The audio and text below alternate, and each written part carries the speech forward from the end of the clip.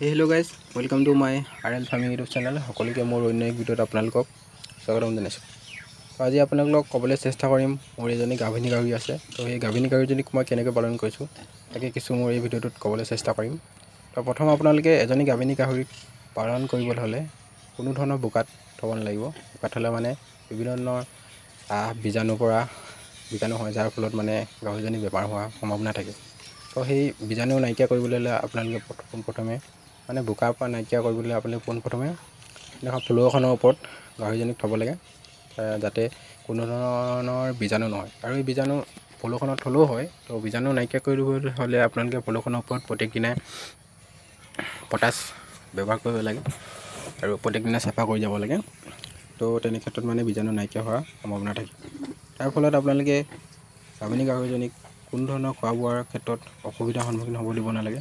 প্ৰত্যেক দিনাই 3 বেলা 3 মুঠি আপোনালোকে ব্যৱহাৰ কৰি যাব লাগে। তাৰ উপৰিঞ্চি আপোনালোকে গাভিনী গাহৰিজনীক সম্পূৰ্ণ চেপাৰেট কৰি ৰাখিব লাগে। আৰু মই যেনেকৈ এতিয়া দেখিবলৈ পাইছে আপোনালোকে, মই ধুনীয়াকৈ চেপাৰেট কৰি ৰাখিছোঁ।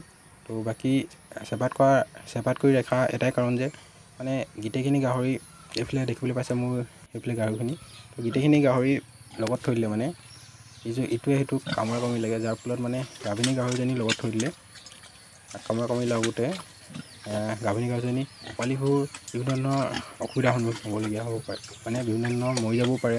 তেনে ক্ষেত্ৰত বচাবলৈ মানে আপোনালোকে গাভিনী গাহৰিজনী চেপাৰেট কৰি ৰাখিব লাগে।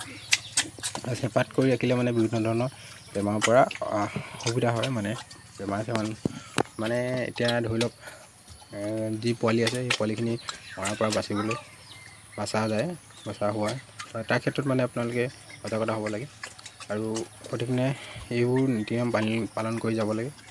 তো গাইজ দেখিবলৈ পাইছে মোৰ এই গাহৰিজনী এনেকৈ মই পালন কৰি আছোঁ। তাকে পুনৰ এনে এক ভিডিঅ'ত আকৌ লগ পাম গাইজ। আজিলৈ ইমানে গাইজ বাই বাই।